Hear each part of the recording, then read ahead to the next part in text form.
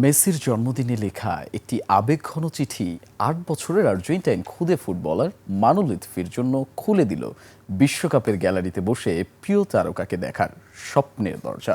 Lionel মেসির প্রতি নিজের ভালোবাসা প্রকাশ করে একটি হৃদয় ছোঁয়া চিঠি লিখেছিল আর্জেন্টিনার খুদে ফুটবলার মানুল ইতফি।